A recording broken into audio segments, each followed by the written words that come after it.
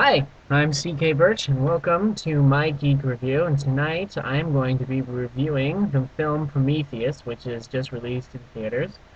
I have waited a couple of days because this is one of those films where everybody wants to go and see it and should see it in order to prevent themselves from seeing any spoilers and potential reviews.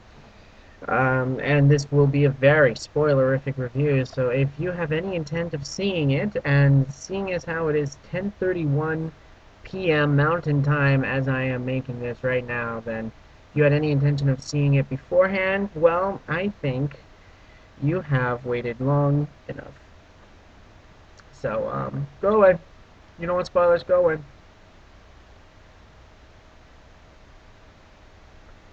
So if you've stayed, here we go. Now, have you ever had a film just do something that bounces you out of the story completely and then makes you go,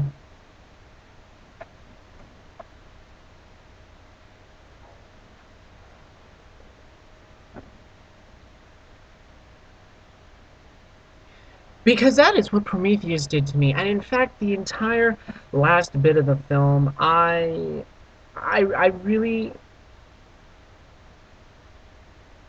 So the film itself is a quasi prequel, sidequel to the Alien franchise, and it begins very stunningly with a sequence in which a creature, who we will come to know as an engineer, drinks a black liquid, disintegrates, and falls into an ocean, and we see a transition shot of his DNA disintegrating, but then merging into what looks like human blood cells. Um, it is an impression to give us the idea that this is how life was created on Earth. There are very many aspects of the story which revolve around mythology, origin stories, sacrifice to give life, etc., etc., and that is the very first take. It is breathtaking, it is stunning, and it leaves you scratching your head more than once with a what the fuck all up in your brain. Now, the thing about Prometheus is that, yes, it embodies the same universe, and it embodies many of the same characteristics of the Alien films, um, but it is not an Alien film per se. Now, what we discover in the film is that there are two scientists who have discovered multiple ideograms across the globe in different civilizations who never had contact with one another, all pointing towards the idea and the image of a giant man showing other people stars. And this particular star configuration has been discovered, and they're launching a spaceship to go investigate whether or not these people actually created humankind. Now, as you can imagine, the film goes into dark territory. There are scares, there is horror. But ultimately, none of it really matters. Now, I've read a couple of reviews online positing and speculating and delving deep into the multiple onion skin layers of the film's story and the symbolism therein. And honestly, I know a couple of people who totally follow this, but honestly, I kind of feel like that is a nice little bullshit way of saying that the story had some semblance of meaning. This is a B movie. This is a very a sci-fi B movie. That is the atmosphere that we got here. And if it treated itself as such, it would be a fantastic sci-fi B movie because it is sumptuously directed. It looks gorgeous. I honestly would love to go and see it again, try and disseminate some more of the story and attempt to make sense of the plot. But I would go and see it again, and I want to see it in 3D IMAX because it was shot in native 3D and it looks beautiful. The sets, I mean, and there are practical sets, not just CGI. The creature design, the action, there are some breathtaking moments in the film, and there is impeccable acting. Michael Fassbender as David the Android steals the show. He is the movie. He is the movie. Um, he should get an Oscar nomination for Best Actor, if not Best Supporting Actor. Considering it's an ensemble, I'm not exactly sure how they would rate that, but best actor certainly because he commands every inch of screen time that he has in this film. Charlize Theron is also just wonderful, ice cold, steely, but not without emotion in this film. As in her character as well. Just really everybody delivers a really tremendous performance. There are um, just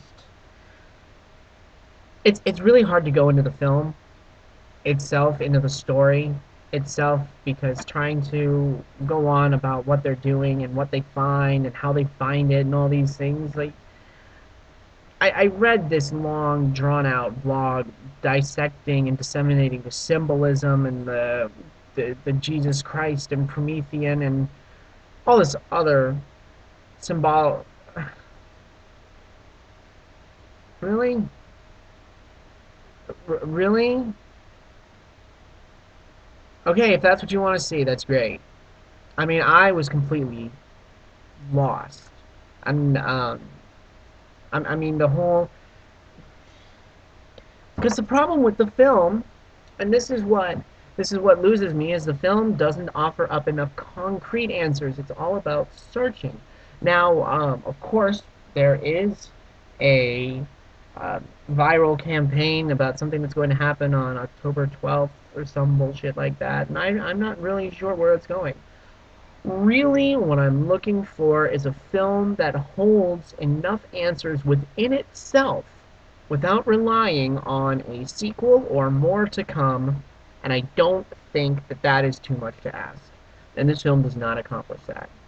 This film posits and theorizes and vaguely, through obfuscation, throws out things at you like spaghetti to stick to the wall.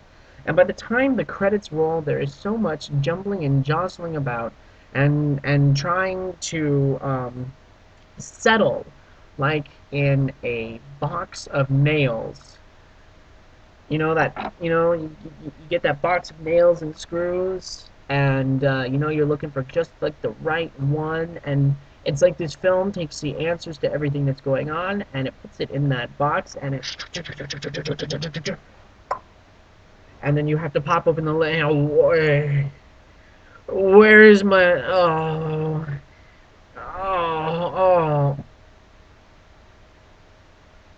there I mean it's so hard to be this nitpicky, especially when the direction is as brilliant as it is, especially when the cinematography and special effects and the acting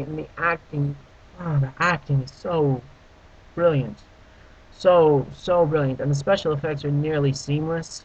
Especially at the end, there is a sequence between a giant tentacled beast and one of our alien engineers, and they're fighting, and it is just seamless and flawless, and it is such a beautiful film. And for the most part, as it pulls you in and drags you along, it it achieves such a wonderful sense of wonder and then such a beautiful sense of dread that it hurts. It literally hurts to pick it apart as much as I am going to do so. But the script is dumb as fuck.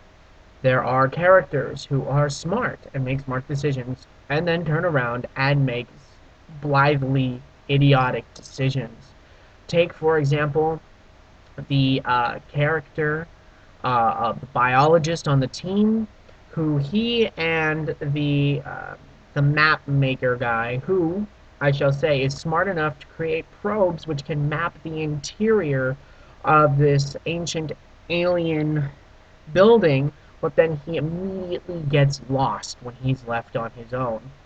Um, yeah, there's a fun little problem. So you make maps, but you get lost easily. That's great. And so did you? So the biologist and the map maker are like, what? Where are we? Oh my God! What do you mean? There's a blip saying that there's a life form. Well, which direction is it in? It's west. Well, we're gonna go east because we don't actually want to go anywhere near that. And I'm thinking to myself, that's smart. Good job. I had like 2 seconds where I thought, you're not gonna go look for that, are you? And they're like, we're not gonna go look for that. And they're like, oh, that's a smart decision. Then they come into a room where these worms have been mutated into like snake-ish sort of face hugger things, which is really cool. But the biologist who like 5 minutes ago was like, "We're going east. We're not going west." He immediately leans in and is like, "Oh, hey there. Hey, little alien worm. It's okay. It's okay. No, dude, don't scare it. Don't scare it. Hey, it's okay." And then he dies because it attacks him. Who saw that coming? There are just moments of savage stupidity in this film as it tries to piece together things. There is a sequence at the end where David, the android, his head is ripped from his body, and he is tossed about and laid on the floor of his spaceship. The spaceship takes off and then is rammed into by the human spaceship, so it can't take off because it's a dealer of death. Um, but that's an insignificant plot point, really, at this point. Um, but then the ship crashes and rolls, and there are, as it's crashing and rolling, it's like this, and you got two people. I'm watching myself on the screen. You got two people like, no, I don't want to get crushed by the thing. So just like turn, go to the side, don't get I mean, I get that it's a fraught situation and there's an alien spaceship crashing, but turn to the side. Go run that way, not lengthwise. It's stupid. It is idiotic. But back to David the android, who's on this crashing ship, which is like blown up and now crashing and then tumbling and like boom and then boom. When we flash back to him, because he has survived the ordeal, he's a robot, so his head coming off is no big deal. But when we land, his head and body are in the exact same place that they were, spaced like literally right next to each other on the ship. Um, because the ship crashing didn't apparently jostle anything around or move anything. He's just lying, same position, same exact place, and we good. And he's like, come get me.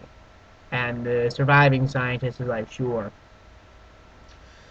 Now, the biggest problem, the one that bounced me out of the film, and I mean, by bouncing me out of the film, I mean, I sat there and I watched this happen, and then I watched what happened afterward, and I was literally in shock at how this happened and how anybody could miss this.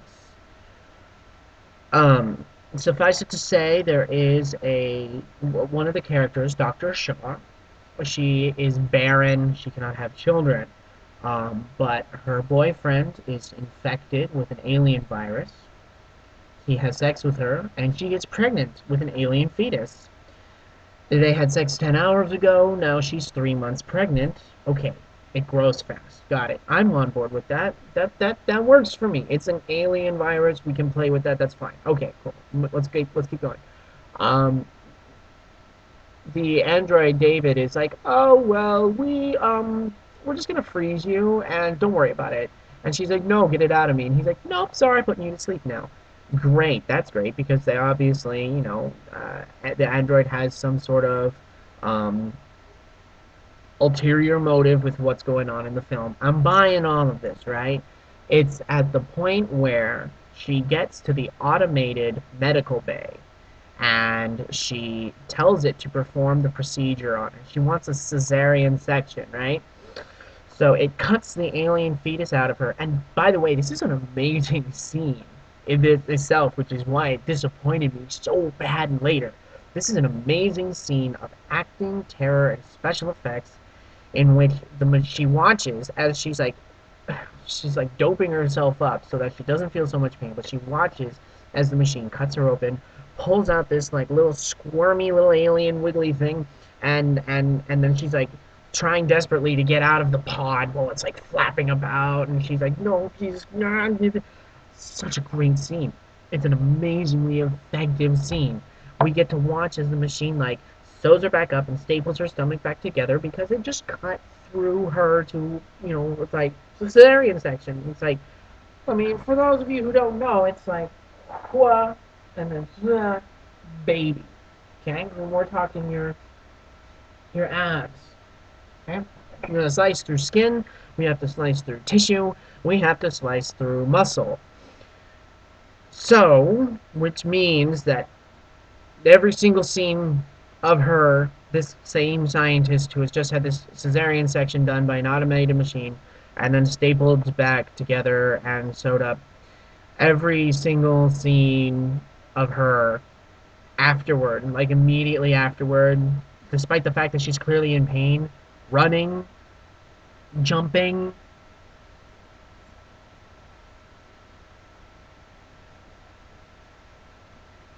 she's she's running and jumping, leaping over chasms, and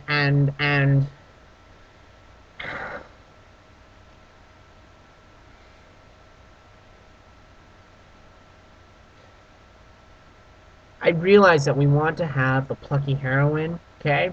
I realize that we want to have the strong female character. But there are other ways of doing it rather than ignoring the reality of the fact that her abdominal muscles were sliced open and are currently still healing. Um, I mean, I had hernia surgery years upon years ago, and that's just a minor incision. Same area, okay? That was just a minor incision, not nearly as wide, not nearly as deep, but in the same area, cutting through the same muscles. And I had points in time during my recovery in which I could barely walk because I felt like I was ripping in half still. I could not sneeze without intense pain. I could not laugh without intense pain. I could not cough without intense pain. And yet, this woman in this film, somehow somebody ignored the fact that they cut through her stomach and the core of her body, her ab muscles. They the machine cut through those, and in the very next sequence, yes, I mean we get like a little bit of like, okay, she's struggling, and then she's like, oh my god, but then walking very easily, and then she is running, and then she's jumping, and then she's like swinging an axe. There is such a thing as a suspension of disbelief, and then there is ignoring reality, and the reality is that wouldn't have happened. That amount of deep surgical, just,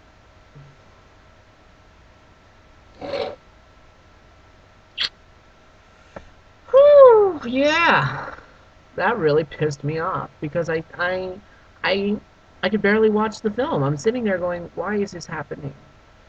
This is not real. I mean, yeah, we got the action films where the guy takes a couple of bullets and then he's like carrying on. I ain't got time to bleed, and I just, and let us not fail to mention the um, the lack of psychological impact shown on this woman.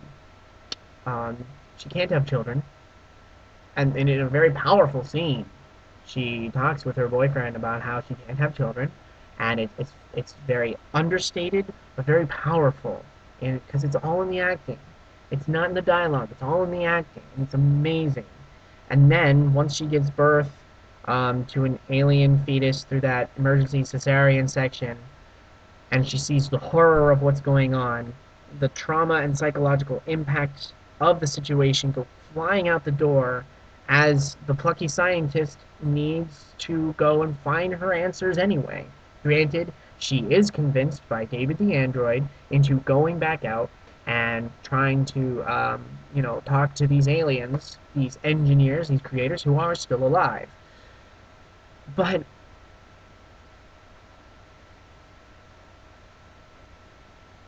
she's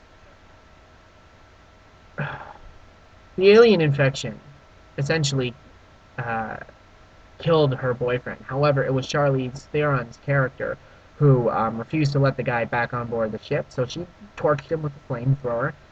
But now, Dr. Shaw, our plucky, heroic scientist, has seen her partner, her lifelong partner, die. She has given birth to an alien fetus and realizes the terror of what is going on.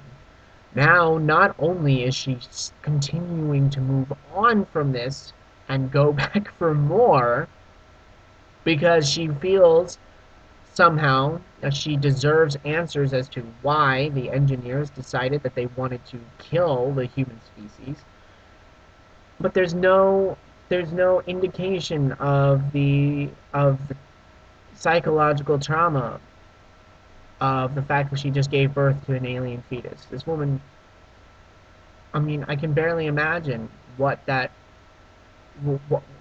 that could fuck up your mind for a woman who cannot have children to suddenly be told, you're pregnant, it's an alien fetus, and you're going to cut it out, and you have cut it out, and now let us move on with the whole situation.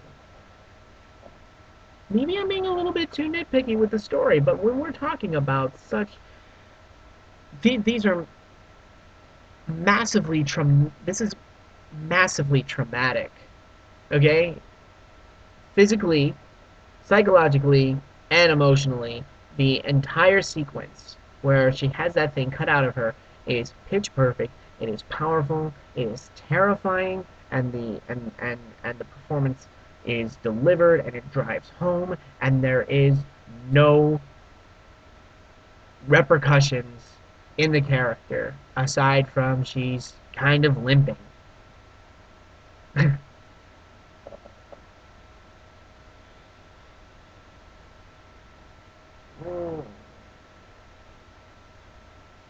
I don't care about the messianic allegory of the creators and where they came from and why they came to do what they do.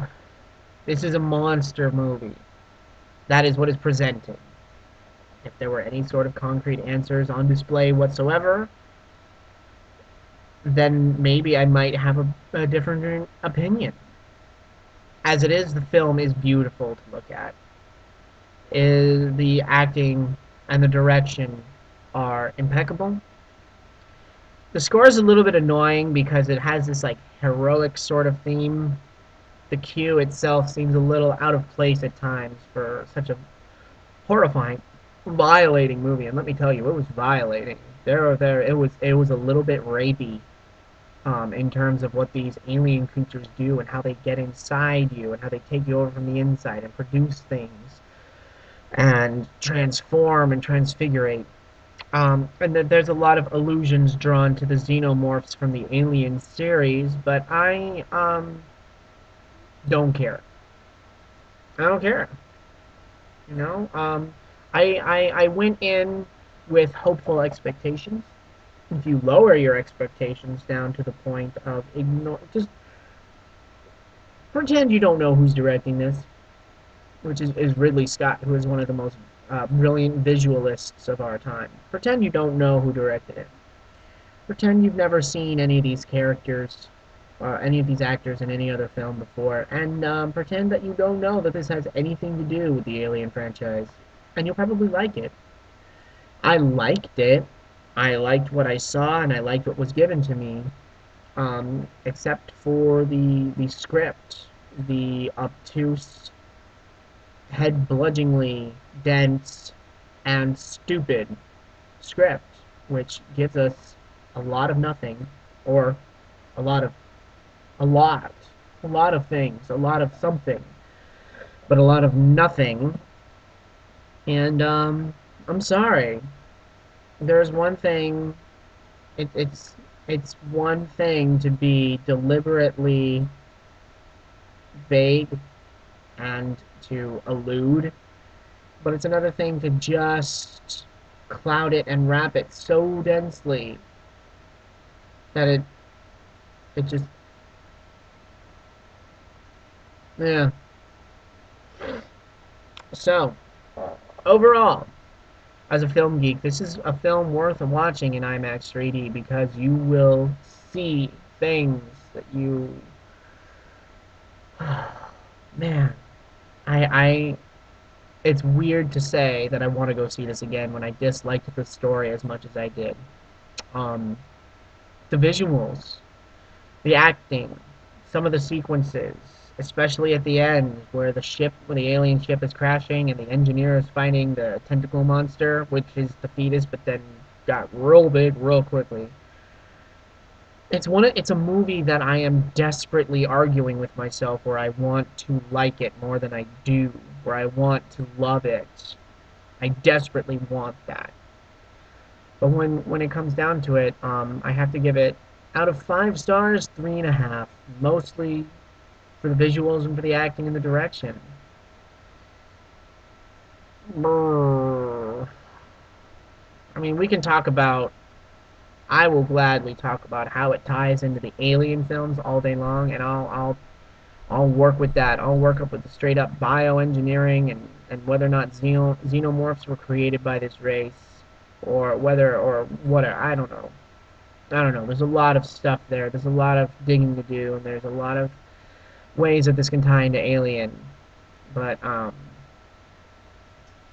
whole messianic uh, mythology. I'm sorry, I just can't buy into that. It's too. It's just too much fog. There's just too many layers with not enough tools to unearth the answers. I feel, and that is my geek review. So tune in next time when I don't know, review something else, and hopefully it will be as entertaining. I did not mean for this to be a half hour, but I talk a lot, and so at least I'm honest. Enjoy the rest of your night.